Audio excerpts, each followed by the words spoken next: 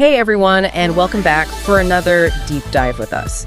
Today we're going to be looking into whether the Indian stock market will be open on Makar Sankranti. Now, for those who aren't familiar, Makar Sankranti is a huge festival that's celebrated across India, and we've got a great article here from the Financial Express to help guide us through this. So if you're a trader, or even if you're just curious about the intersection of cultural events and the stock market, you're definitely in the right place, because by the end of this deep dive, you'll know exactly what to expect on January 14th.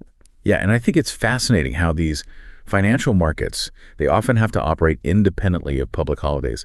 And especially when you think about it in the context of cultural events like Makar Sankranti, it just adds this whole other layer of complexity.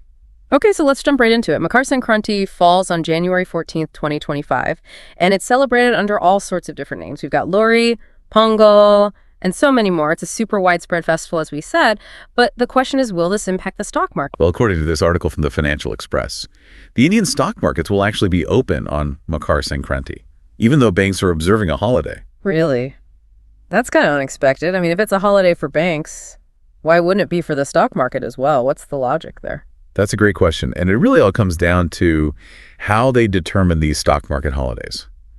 So Makar Sankranti, although it was a public holiday in a lot of states, it's not officially on the list of stock market holidays for 2025. Okay, so just to be super clear for everyone listening, so trading in equities, derivatives, commodities, all of that, it's all going to continue as usual on Makar Sankranti. Exactly. Trading will go on as usual from 9:15 a.m. to 3:3 European. All right, so then how do they actually decide these stock market holidays? Is there like a specific process, some sort of committee or something? No secret society or anything like that. Yeah.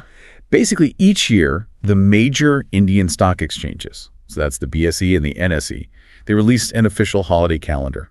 And this calendar lists all the days that the market will be closed for trading. That makes sense. So I guess what you're saying is that these regional festivals like Makar Sankranti, they don't always make it onto that official list. You got it.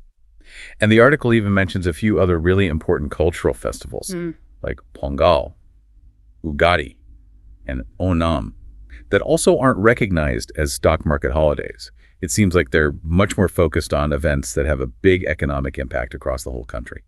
Interesting. So if Makar Sankranti, which is such a big festival, doesn't make the cut, I'm kind of curious what kinds of events actually do lead to the market being closed. Are there any localized events that have a huge economic impact that might cause them to close the markets?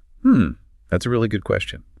You're right. There's definitely a balance there between nationwide impact and localized economic significance. But unfortunately, this article only focuses on the 2025 calendar.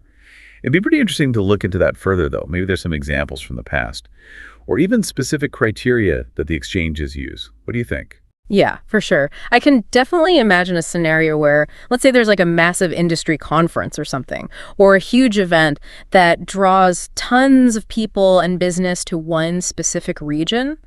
Would something like that potentially trigger a market closure just for that area? Yeah, I think you've got a point there. It definitely shows that it's not always a simple decision. They probably have to consider all sorts of different factors. Economic impact is obviously a big one, but there's also market stability, investor sentiment, and even how things are looking in the international markets. Right. It's easy to forget that the stock market isn't just this one big thing. It's actually a really complex system that's always responding to all these different factors. Exactly. And these decisions about when to close the market, especially when it's different from the public holidays, it gives us a little peek into the bigger economic trends and priorities.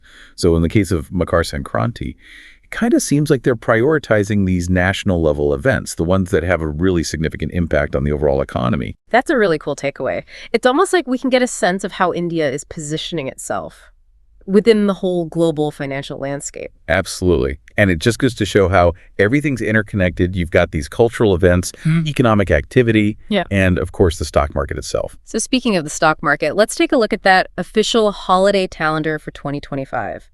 The article actually lists out all the dates when the Indian stock market will be closed. And there are some interesting ones on there. Oh yeah, definitely. It's like a snapshot of all the events that are considered important enough to actually shut down the market in India. So it gives us a better understanding of the country's cultural and economic landscape. For sure. And the first thing that jumps out at me is that a lot of these holidays, like Holi in March and Diwali in October, They're so deeply connected to India's culture and traditions. It's not just a day off work. These are huge celebrations with a lot of meaning and history behind them. Yeah, and that cultural significance probably plays a big role in why they decided to make them stock market holidays. It shows that they recognize how important these events are for a huge part of the population. Yeah, it's almost like the stock market is taking a pause too, giving everyone a chance to step away from the trading and really connect with their cultural heritage. Right, and it also makes you think about how these holidays might affect market activity. For example, with a festival as big as Diwali, do you think there's usually a dip in trading volume in the days leading up to it? That's a good question.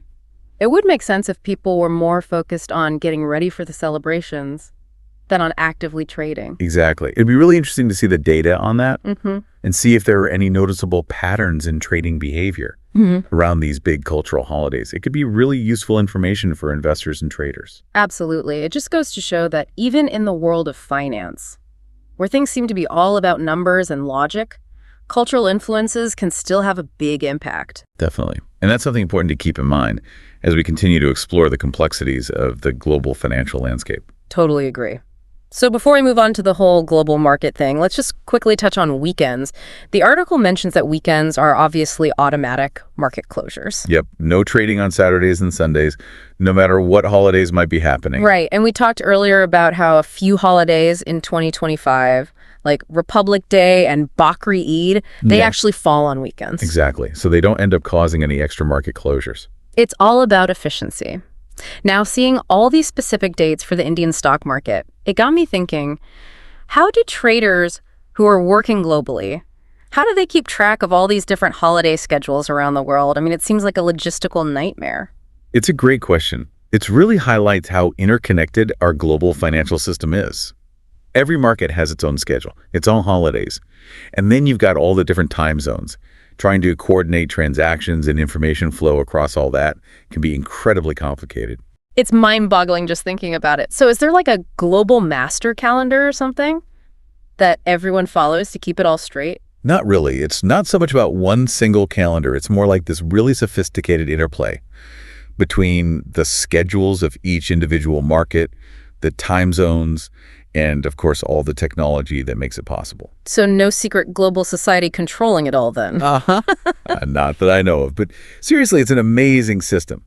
And we'll get into the nitty-gritty of how it all works after a quick break. Yeah, it really is a testament to how clever people are, creating these systems that connect markets all over the world. Absolutely. So how does this global interplay actually work in practice? Can you give us an example of how this coordination happens in real time? Sure. Imagine a trader in New York. They want to buy shares of a company on the Tokyo Stock Exchange. Now, the New York Stock Exchange operates on Eastern Standard Time, while the Tokyo Stock Exchange operates on Japan Standard Time, which is 14 hours ahead. Okay, so right away, there's a huge time difference to deal with. Exactly. And to make things even more complicated, both markets have their own sets of holidays. So our New York trader needs to know both the Tokyo trading hours and any holidays that might affect things. Wow, that sounds like a real challenge. How do they even keep up with all that information? That's where technology comes in. Financial institutions and trading platforms use super sophisticated software to track all the global market schedules, holidays, and time zones. These systems give traders real-time updates and alerts, so they always have the most up-to-date information. That's incredible. It really shows how technology is helping us navigate this complex world of global finance. It really is remarkable, and it highlights how important it is to stay informed and be adaptable, especially in today's interconnected world. So it sounds like there's no one-size-fits-all solution for coordinating global markets. It's more about understanding each market's schedule, being aware of the time zones, and of course, relying on technology to help us manage it all. Precisely. It's a constantly changing landscape, driven by the need for efficiency and seamless global transactions. Okay, so let's get back to the Indian stock market and its holiday calendar. Are there any other holidays besides Holi and Diwali that our listeners might find particularly interesting? Definitely. The article lists quite a few other important holidays that are observed by the Indian stock market in 2025. We've got Mahashivratri in February, Id-Ul-Fitr at the end of March, and then Sri Mahavir Jayanti and Dr. Baba Saheb Ambedkar Jayanti in April. It's cool to see that the list includes both religious and secular holidays, like Good Friday and Maharashtra Day. It really reflects the diversity of India's cultural landscape. Absolutely. It kind of shows how the stock market, in a way, reflects the values and priorities of the country. And of course, we can't forget about Ganesh Chaturthi in August. That's always a huge celebration. Oh yeah, for sure. And then of course there's Diwali in October, with 2 holidays dedicated to the Festival of Lights, Lakshmi Pujan and Bala Pratipada. I mean, considering how important Diwali is in India, it makes sense that the markets would be closed for 2 whole days. Absolutely. And then to round out the year, we've got Mahatma Gandhi Jayanti on October 2nd, Prakash Gurpurb in November, and Christmas in December. It's fascinating to see how these holidays are spread throughout the year, each one with its own special significance. It really is. It's like a glimpse into the rhythm of life in India, with these periods of celebration and festivity interspersed throughout the year. It reminds us that the stock market doesn't operate in a vacuum. It's all part of a larger social and cultural context. Exactly. And understanding that context can be really valuable for investors and anyone who's interested in how global markets and cultural events are connected. Totally. Before we move on completely, I'm curious to hear your thoughts on the broader implications of this global interconnectedness we've been talking about. What does it all mean for investors, businesses, and the world as a whole? Well, one major implication is that both opportunities and risks, they aren't limited by geographical borders anymore. So an investor in London can easily invest in companies on the Bombay Stock Exchange, and a business in Mumbai can access capital from investors all over the world. So in a way, it's leveling the playing field. Yeah, and fostering a more interconnected global economy. But it's also important to remember that with greater interconnectedness comes greater vulnerability. What happens in one part of the world can have a ripple effect across the globe. We've seen this recently with all the economic and geopolitical crises happening. That's a really important point. It highlights how important it is to manage risk and diversify investments. Exactly. Don't put all your eggs in one basket. It also emphasizes the need for more collaboration and cooperation between countries to manage those shared risks and make sure the global financial system stays stable. So it's not just about technology and efficiency then, it's also about building trust and understanding across different cultures and economies. Absolutely. And that brings us to another really interesting aspect of this global interconnectedness, the growing influence of cultural factors on financial markets. Now that's an intriguing idea. How are these cultural factors playing out in the world of finance? Well, we see it with holidays like Makar Sankranti, where these cultural events directly impact how the market operates. But it goes beyond that. Cultural values and preferences also shape investment trends and consumer behavior. Can you give us some specific examples of how that's happening? Sure, we're seeing a huge surge in interest in sustainable and ethical investing, which is being driven by a shift in values towards social responsibility and environmental awareness.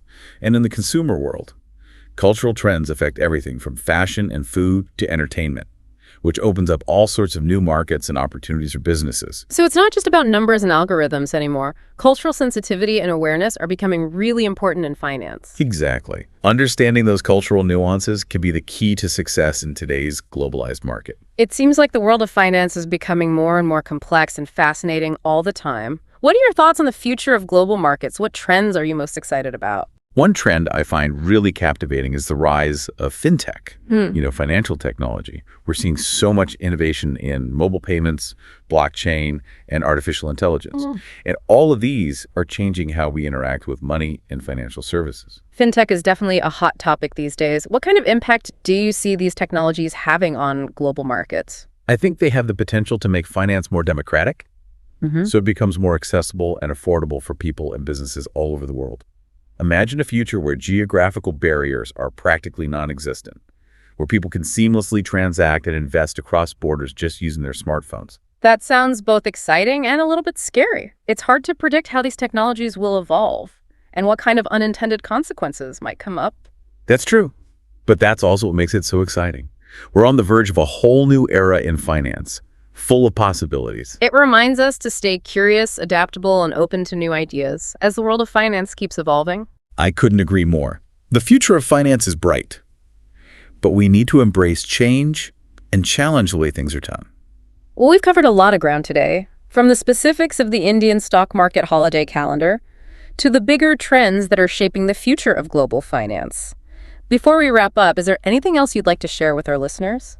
Well, I think one of the key takeaways from our deep dive today is that financial markets, especially in a globalized world like ours, are about way more than just numbers and trading. They're really intertwined with cultural events and societal values, And of course, with technology, that's always changing. Yeah, you're absolutely right. We started out with a pretty simple question. Will the Indian stock market be open on Makar Sankranti? And look where we ended up, talking about everything from how global markets coordinate with each other to how cultural trends are shaping the future of finance. And that's what's so cool about learning and exploring, isn't it? Yeah. One question can lead you to a whole new understanding of how things work. Exactly. So, to sum things up for our listeners, let's circle back to Makar Sankranti. Even though it's a huge cultural event and a bank holiday, the Indian stock markets will still be open for business on January 14th, 2025. Traders keep that in mind. Right. But as we've been talking about, this decision goes beyond just keeping the markets running. It reflects a lot of different factors, like the country's economic priorities and how interconnected global financial systems really are. It's a great reminder that finance isn't just about making money. It's a reflection of our cultural values, our technological advancements, and how we're all connected as a global community. Exactly.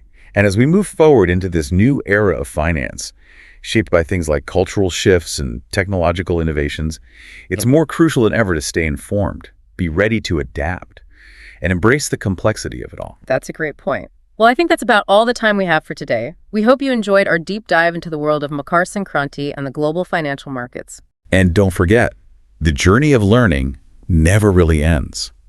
There's always something new to discover, a new connection to make, a new perspective to consider. So keep exploring, keep asking questions, and stay curious. We'll see you next time for another deep dive.